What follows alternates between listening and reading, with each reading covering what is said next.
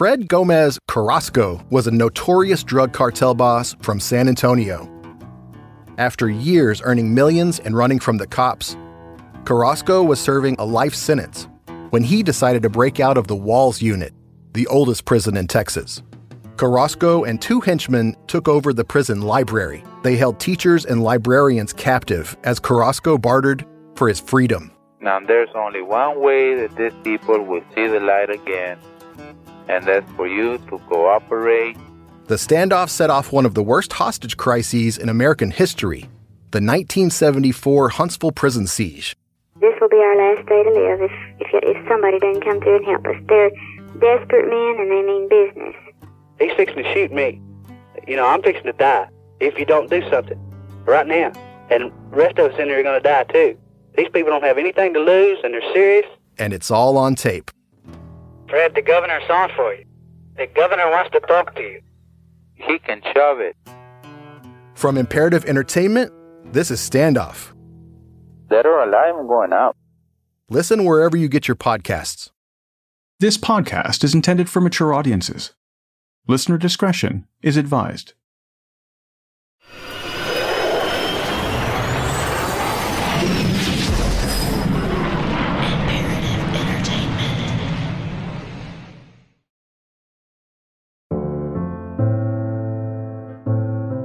A prank is defined as a trick that's intended to be amusing, and often to make someone look foolish. Most pranks are conceived and executed for the sole purpose of trying to be funny, and are not meant to cause damage or injury. Filling a classroom with balloons, wrapping a roommate's car in plastic, a well-placed whoopee cushion. Classic tricks in the arsenal of the harmless joker. While these might represent a lower bar, there have been far more sophisticated hoaxes throughout history. Some funny, some not so much. One evening in 1957, the British Broadcasting Corporation, or BBC, aired its regularly scheduled and highly respected news program, Panorama. During the rundown of international headlines, viewers were surprised to learn that farmers in Switzerland were having a great season for their spaghetti crops. According to the news piece, a warmer than normal winter, coupled with the eradication of the destructive spaghetti beetle, contributed to a stellar yield of the pasta that year. The last 2 weeks of March are an anxious time for the spaghetti farmer. There's always the chance of a late frost, which, while not entirely ruining the crop, generally impairs the flavor. Many people are often puzzled by the fact that spaghetti is produced at such uniform length. But this is the result of many years of patient endeavor by plant breeders who've succeeded in producing the perfect spaghetti. The story aired complete with footage of workers harvesting long strands of spaghetti from trees. The joke resulted in thousands of British viewers contacting the network wanting to know where they could get a spaghetti tree for their gardens.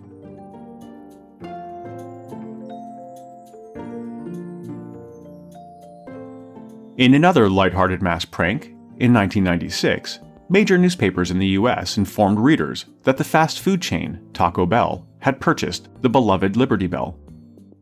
The historic monument, located in Philadelphia, is a popular symbol of American independence, and had been under the trusted care of the US National Park Service.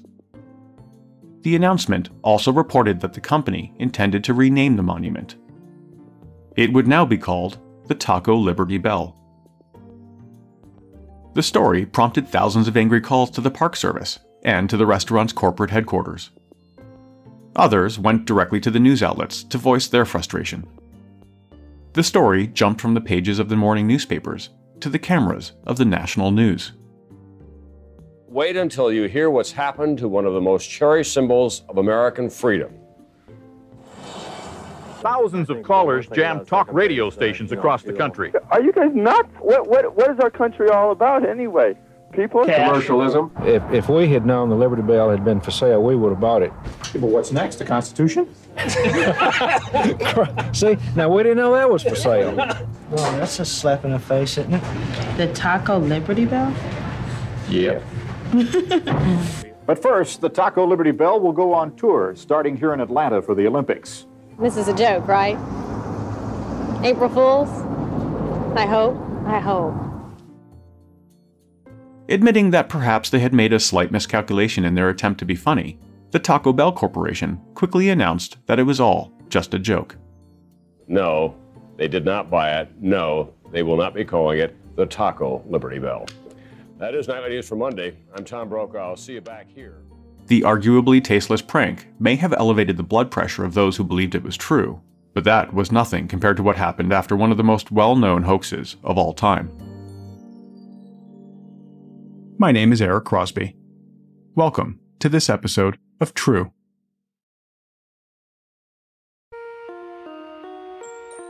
On the evening of October 30th, 1938, listeners of the CBS radio network were growing concerned over several news bulletins interrupting regular programming. The breaking news initially spoke of a series of explosions on the surface of the planet Mars that was being closely monitored by astronomers back on Earth. We have a late bulletin from San Diego, California. Professor Indelkoffer, speaking at a dinner of the California Astronomical Society, expressed the opinion that the explosions on Mars are undoubtedly nothing more than severe volcanic disturbances on the surface of the planet. Shortly after, another report described an object falling from the sky and landing on a farm in New Jersey. When the music program was interrupted yet again, a reporter at the scene explained with increasing distress the events unfolding. We now return you to Carl Phillips at Grover's Mill. Ladies and gentlemen, am I on? Ladies and gentlemen, here I am, back of a stone wall that adjoins Mr. Wilmer's garden. From here, I get a sweep of the whole scene. I'll give you every detail as long as I can talk and as long as I can see. More state police have arrived. They're drawing up a cordon in front of the pit. About 30 of them. No need to push the crowd back now. They're willing to keep their distance. The captain's studying the object while the two policemen advance with something in their hands. I can see it now. It's a white handkerchief tied to a pole. Flag of truce. If those creatures know what that means, what anything means. Wait a minute, something's happening. A humped shape is rising out of the pit. I can make out a small beam of light against a mirror. What's that? There's a jet of flame springing from the mirror and it leaps right at the advancing men. It strikes them head on. Oh, Lord, they're turning into flames. Now the whole field's caught up by the woods, the barns, the gas tanks for the automobiles spreading everywhere. It's coming this way now, about 20 yards to my right. Ladies and gentlemen, due to circumstances beyond our control, we are unable to continue the broadcast from Grover's Mill. Evidently, there's some difficulty with our field transmission. However, we will return to that point at the earliest opportunity. News reports continued over the following hour, detailing a Martian invasion happening in countries around the world. Apparently, most people listening to the radio that evening didn't hear the announcer's message. The Columbia Broadcasting System and its affiliated stations present Orson Welles and the Mercury Theater on the air in The War of the Worlds by H.G. Wells.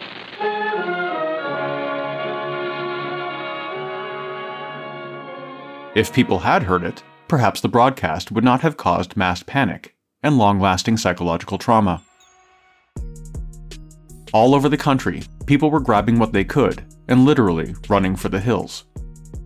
Orson Welles would later admit during an interview that the frantic public reaction made him feel a bit regretful.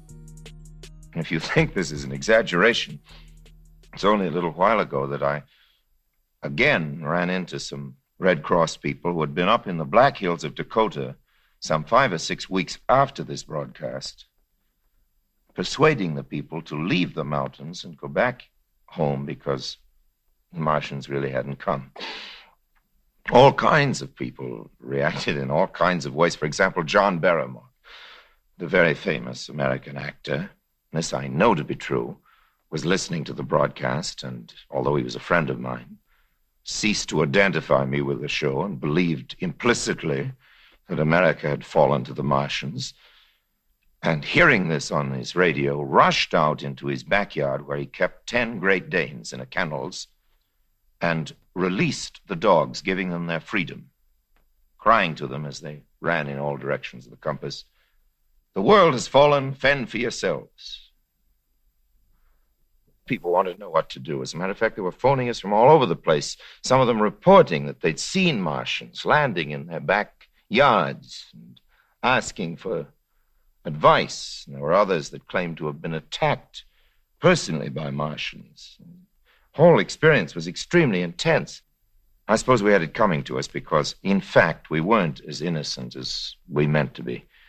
And I still meet people all over the place, everywhere in the world, who've had experiences, bitter or otherwise, as a result of our little experiment in broadcasting. While the fictional story of alien invaders may have rattled the nerves of an already tense pre-World War II audience, no one was reported to have been killed or injured. That, unfortunately, can't be said for all practical jokes.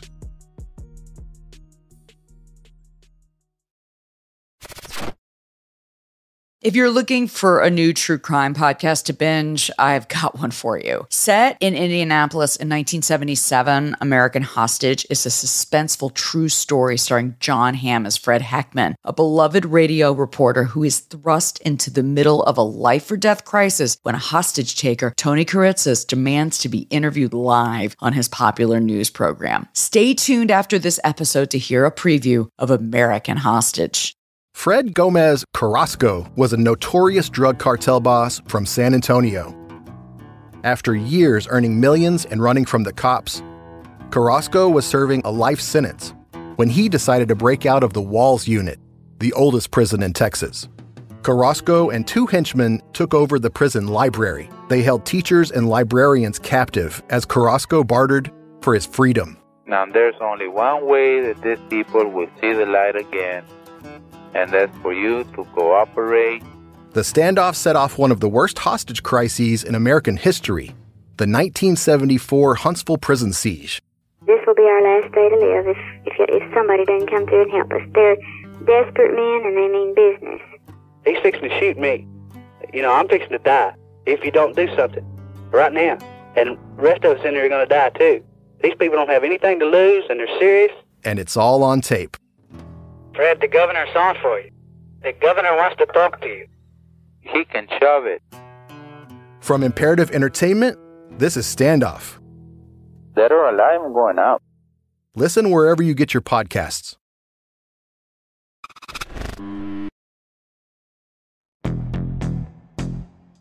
In August 2012, 44-year-old Randy Lee Tenley decided it would be funny to dress up like the legendary Bigfoot and scare motorists along a busy Montana highway.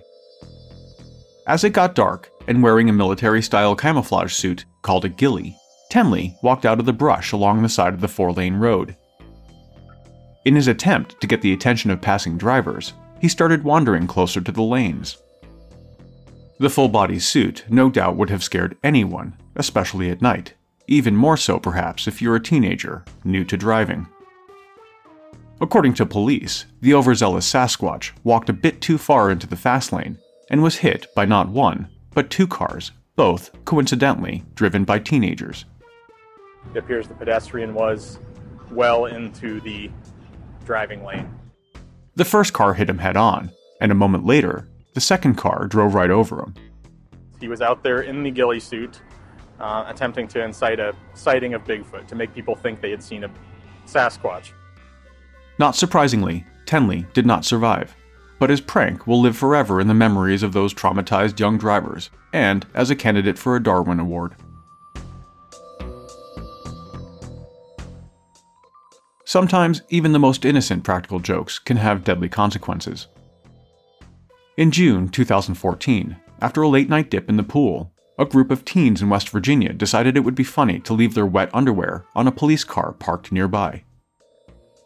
The state trooper, who was off-duty at the time, was not amused by the prank. He put on his police uniform and called his headquarters to place himself back on active duty. The frustrated officer's plan was to use all of his police resources to track down the perpetrators of this heinous crime. It didn't take long for him to spot a few teens walking up the driveway of one of their homes. Flashing lights on, the officer stopped the group to question them about the underwear incident. At some point during the questioning, the state trooper decided he would have to teach the group that practical jokes aren't funny. He grabbed 18-year-old Timothy Hill in a headlock, blasted him in the face with pepper spray, clubbed him in the head with his police baton, and finished it off with a couple of bullets to the head and chest. The unarmed teen died at the scene.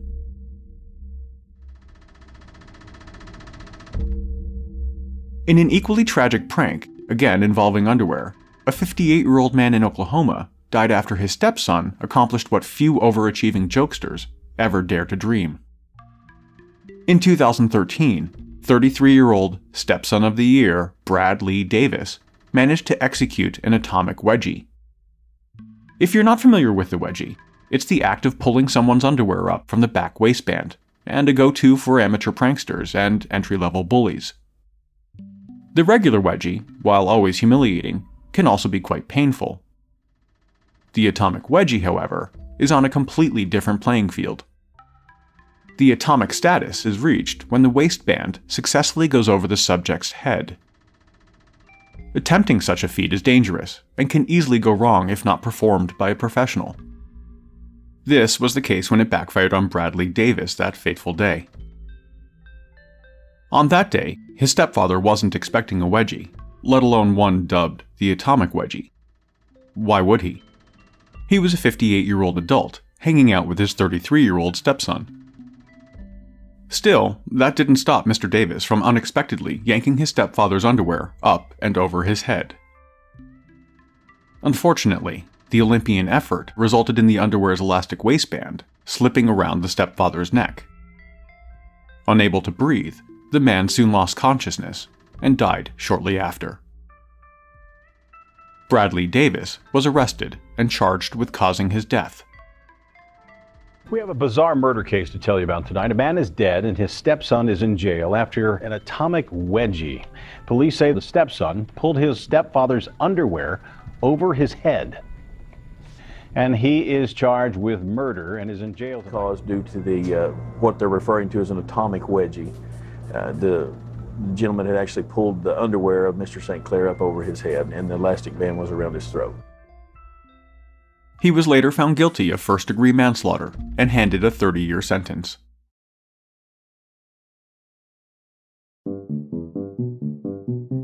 Sometimes, in order to carry out a prank, the prankster has to recruit others to assist. The problem with this approach is that the participants may not always be aware of their involvement.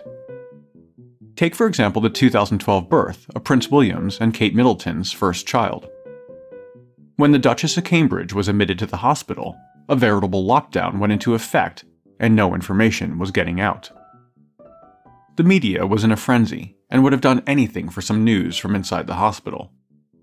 And some did. A couple of Australian radio hosts decided they would make a prank phone call to the hospital and do their best impression of Queen Elizabeth. Now, Mel, today is a very special day. We've been handed a phone number, all right? And we have been told that this phone number is the hospital where Kate Middleton is currently staying. Now, I reckon we can maybe get her on the radio tonight. Look, I don't know. I mean, everybody would be trying Well, this is why I thought of a plan. You are going to be the Queen. I'm going to be Prince Charles. Hello, I'm the Queen. Exactly. Number's going in. Oh, jeez, I hope this happens. Hello, good morning. King Edward VII Hospital. Oh, hello there. Could I please speak to Kate, please, my granddaughter? Oh, yes, just hold on, ma'am. Thank you. Are they putting us through? Much to their surprise, the nurse who answered the call fell for it and put them in touch with Kate Middleton's attending nurse. Good morning, ma'am. This is the nurse speaking. How may I help you? Hello, I'm just after my granddaughter, Kate. I want to see how her little tummy bug is going. She's been getting some fluids to rehydrate her because she was quite dehydrated when she came in. But she's stable at the moment. The prank call lasted just over 2 minutes, with the Duchess's attending nurse speaking to the radio hosts the majority of the time. The other participant was the nurse who answered the phone before transferring the call. Her part in the prank lasted for about 3 seconds. Her involvement was so short, you might have missed it. But when the 46-year-old healthcare provider learned of her small but crucial role in the practical joke, she was devastated. 3 days after the stunt, she killed herself, leaving behind her husband and 2 teenage children. If there had been any question about her motivation, it was made clear in one of the 3 suicide notes found at the scene. The handwritten note pulled no punches in blaming the radio station for involving her in the highly embarrassing episode. It started with 2 radio DJs and a lighthearted prank call to the London hospital where the pregnant Duchess Kate was recovering. But today, that hoax took a tragic and unexpected turn. This look at the dark side of practical jokes. In the end, British prosecutors decided not to press charges against the radio hosts. Prosecutors stated that while they did commit offenses under the Malicious Communications Act, the phone call, quote, however misguided, was intended as a harmless prank. But what if a prank is intended to be harmful? And what if he recruited some random people who thought they were starring in a reality show to carry it out? That's exactly what happened to a couple of people in 2017.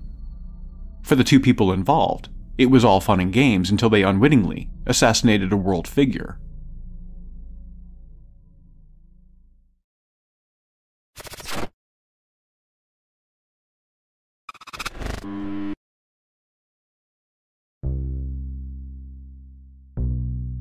When 25-year-old Siti Aisha met James at a high-end club in downtown Kuala Lumpur, Malaysia, she was instantly attracted to him. She had grown up on a small farm in Indonesia, and like many young people, had moved years earlier to the country's capital, Jakarta, to find work. She wanted to be a model and an actor, and was approached one day by a man claiming to be a talent scout. He would eventually introduce her to his boss, the man calling himself James. Siti's friends and co-workers described her as kind, fun, hardworking, and attractive, all qualities that would help her if she was going to make it in that industry. But her friends also said that she was naive and impressionable, qualities that James would have been looking for. The charming and handsome 30-year-old said that he worked in the advertising industry and that they were always looking for new talent. After several meetings, he said that he wanted to cast her in a television project his team was working on. The project, she was told, was going to be filmed in Kuala Lumpur. Siti was, of course, excited, and told her mother that she was going to Malaysia to be on TV. She said that it was going to be an ad campaign for perfume with a prank-style theme. With cameras rolling, she would run up and spray random people in the face with the fragrance to get the candid and amusing reactions. James told her they planned to start filming as early as the following month.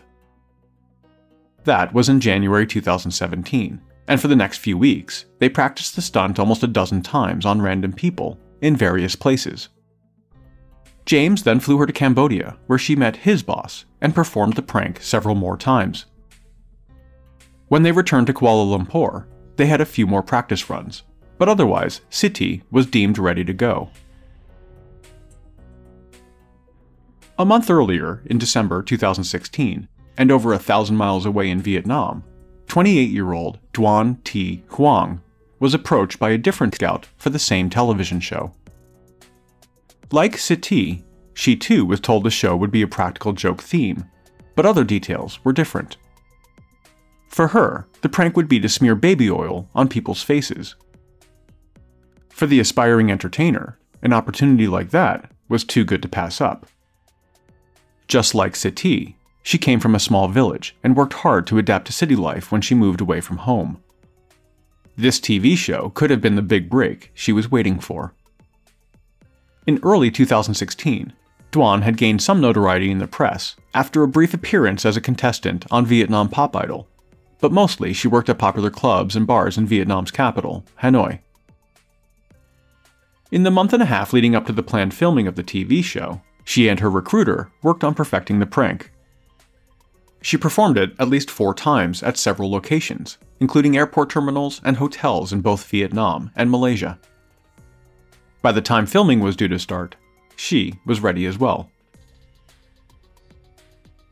The two women had never met until the day of filming, and there's no evidence to suggest they ever knew what the other's role was in the prank. All they knew for certain was the big day had arrived. They had practiced the stunt over and over, and were confident they could pull it off just as they had before numerous times. On February 13, 2017, the two arrived separately at Kuala Lumpur International Airport, accompanied by their recruiters. Not long after, cameras inside the terminal show the women approach a middle-aged man from different directions. He appears to be a random person, and from his casual walk, seems to have no idea what's about to happen. One of the women came up from behind, sprayed something into a cloth, and quickly smeared it on his face before rushing away. The other approached the man from the side only a moment later, rubbing an oily substance over his eyes and mouth. She reportedly apologized to him before also disappearing in the busy terminal. Cameras captured the stunned man standing motionless for a moment, no doubt trying to figure out what had just taken place. Shortly after the incident, the man alerted a receptionist at a nearby information desk. He added that he was starting to feel disoriented.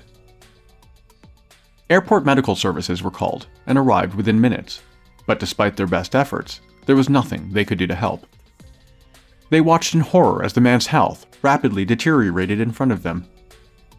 Just 20 minutes after the incident, he was dead. There was no way for them to have known at the time that what had killed him was one of the deadliest poisons on the planet. Investigators would later determine that the women had used the powerful nerve agent VX, short for Venomous Agent X. The chemical is so powerful that it's designated a weapon of mass destruction. Experts say VX is one of the most potent chemical weapons. It can kill almost instantly. VX shuts down the enzyme that regulates your nervous system. You see things like convulsions, and eventually you just stop breathing. It's exceptionally lethal. It's one of the most lethal creations that man has ever come up with. Malaysian authorities have just announced they will be carrying out a sweep in that terminal later today for any remaining radioactive or chemical elements. There's a couple possibilities. One is the VX was somehow encapsulated and then placed onto his skin, or these women were inoculated with the antidote to VX before the incident. So the question to authorities became, who was this man they had killed? And who were these two women? Security was able to spot the women quickly on the video footage. Duan wearing a distinctive shirt that across the front read LOL, short for laugh out loud. She would later be dubbed the LOL assassin by the media. The women had left the airport not long after the incident, when they couldn't locate any of the crew from the television show. The supposed film crew was long gone, many hopping flights out of the country within hours of the lethal prank. However, the CCTV footage would later be used to connect the women to the men. It wasn't until Duan returned to the airport the following day that she was spotted by authorities and taken into custody. Malaysian police detained the female suspect at the Kuala Lumpur International Airport. The woman was holding a Vietnamese passport and was alone at the time of her arrest. 2 days later, on February 16th, Siti Aisha was also arrested along with her boyfriend. He was eventually cleared of any wrongdoing and released. With two of the suspects identified and locked up, authorities continued searching for anyone else involved. At the same time they were searching for suspects, investigators were still trying to confirm the identity of the victim. It wasn't clear, in large part, because of the items found in the backpack he had been carrying. Inside, they found 4 North Korean passports, all issued to a 46-year-old named Kim Chol. But it quickly became apparent this was an alias. They also discovered over $135,000 in cash, which only added to the growing mystery. While it would take Malaysian officials almost 4 weeks after the killing to confirm the man's real identity, others, like the media, were doing their own research. It didn't take long before what they discovered turned a bizarre but seemingly random story into international headlines. The victim of the prank, it would turn out, was the half-brother of North Korea's current dictator, Kim Jong-un.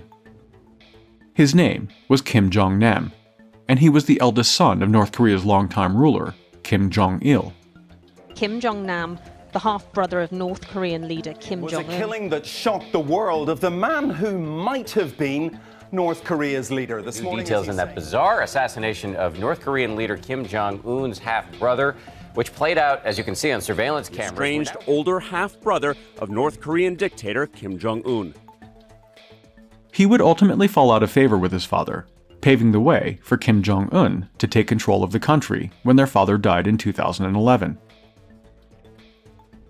Estranged from his brother, Kim Jong-nam lived with his wife and children in Macau and was headed home after spending a week alone at a Malaysian resort. He told friends on more than one occasion that he feared for his life, but by all accounts, lived a carefree lifestyle. He had a reputation for enjoying traveling, gambling, and lots of drinking. The heavily tattooed jet-setter was also the only member of the Kim family to address the media outside of Korea. He went on record many times promoting reform in his home country, including the idea of introducing open markets. Concepts that were in total contrast to his family's ruling philosophy. It had also been reported that, politically, China preferred Kim Jong-nam over his brother. The idea that the Chinese Communist Party could one day decide to force Kim Jong-un from power and replace him with his older brother was unacceptable to the dictator. It's widely speculated that these are the main reasons that prompted the assassination. The fun-loving occasional businessman had admitted to friends that he had probably painted a target on his head by speaking out. There's another theory that he was killed because of the national embarrassment he had personally caused North Korea back in May 2001. In a strange incident, the one-time potential heir was arrested when he tried to enter Japan using a forged passport. The false document claimed that he was from the Dominican Republic, and that he went by a Chinese name. When Japanese authorities eventually deported him, Kim Jong-nam said that he just wanted to go to Disneyland Tokyo. The incident was reportedly so humiliating to his father, Kim Jong-il, that an upcoming official visit to China was cancelled. Others have theorized that Kim Jong-nam was killed because he was a CIA operative, which they say explains the large amount of cash found in his backpack at the time of his death. Whatever the reasons may have been, South Korean intelligence believes that Kim Jong-un placed a standing kill order on his brother as early as 2011, soon after he took power. There were a couple of assassination attempts over the years, but it was a supposed practical joke that finally worked. The trial of the two women began in October 2017. 8 months ago, these two women smeared poison on a man they didn't know. At issue, did they know what they were doing? If convicted, the two women may pay with their lives. Duan denies being part of a hit squad, always saying she believed it was a harmless TV prank. The two accused arrived at the suburban court to face charges of first-degree murder, knowing they faced the death penalty if convicted. They and their lawyers maintained they were duped into committing the killing, believing they were taking part in a prank for a reality TV show. The two women have pleaded not guilty to murder. American and South Korean officials have said they believe North Korea was behind the killing. 4 North Korean men, including the man who called himself James, were also charged, but they had all fled to Korea after the murder and have never been apprehended. The trial lasted until 2019, with both women facing the death penalty for their involvement in what was widely being called a political assassination. But in March of 2019, the murder charges were dropped, first against Siti, and then a few weeks later against Duan. The judge decided that the evidence was not sufficient enough to prove that the women were aware of the murder plot when they were recruited or acted it out. The judge agreed with the defense lawyers that both were unwitting participants. The Indonesian woman accused of killing North Korean leader Kim Jong-un's half-brother Kim Jong-nam has been released today after the Malaysian court dropped the murder charges. Siti Aisyah was released, but the decision came as a shock to many, even the suspect herself. Accused of murder, Duan Ti-hong will now be freed next month.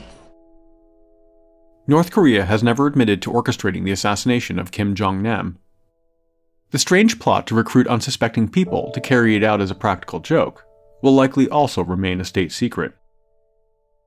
So keep in mind, if you're ever approached to be in a prank, that it's all fun and games until you unknowingly assassinate a world figure.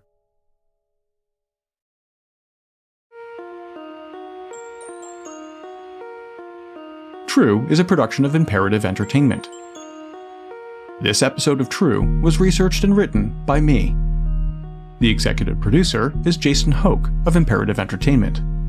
Cover art and design was created by Jenna Sullivan. True was created and is produced by me. Comments? Questions? Get a hold of us at podcasts@imperativeentertainment.com. A huge thanks for listening, and for all of your amazing reviews and ratings.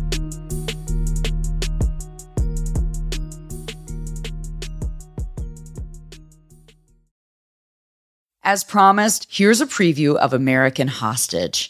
And while you're listening, follow American Hostage wherever you get your podcasts, or you can binge all 8 episodes right now on Amazon Music. This podcast is based on a true story. He says he had been planning this for 4 years, according to my information here. Did he come in with a shotgun? Evidently, he made a bad real estate deal and he's going to settle it. Looks like we're going to be here quite a long time. Good afternoon, I'm Fred Heckman with WIBC. Tuesday, February 8th, 1977. For me, there are 3 tenets of journalism. 1, don't make it personal. 2, don't pick a side. And 3, don't become the story. I broke all 3 of those in the span of a single phone call. Hello, WIBC. This is really Fred Heckman. Yes.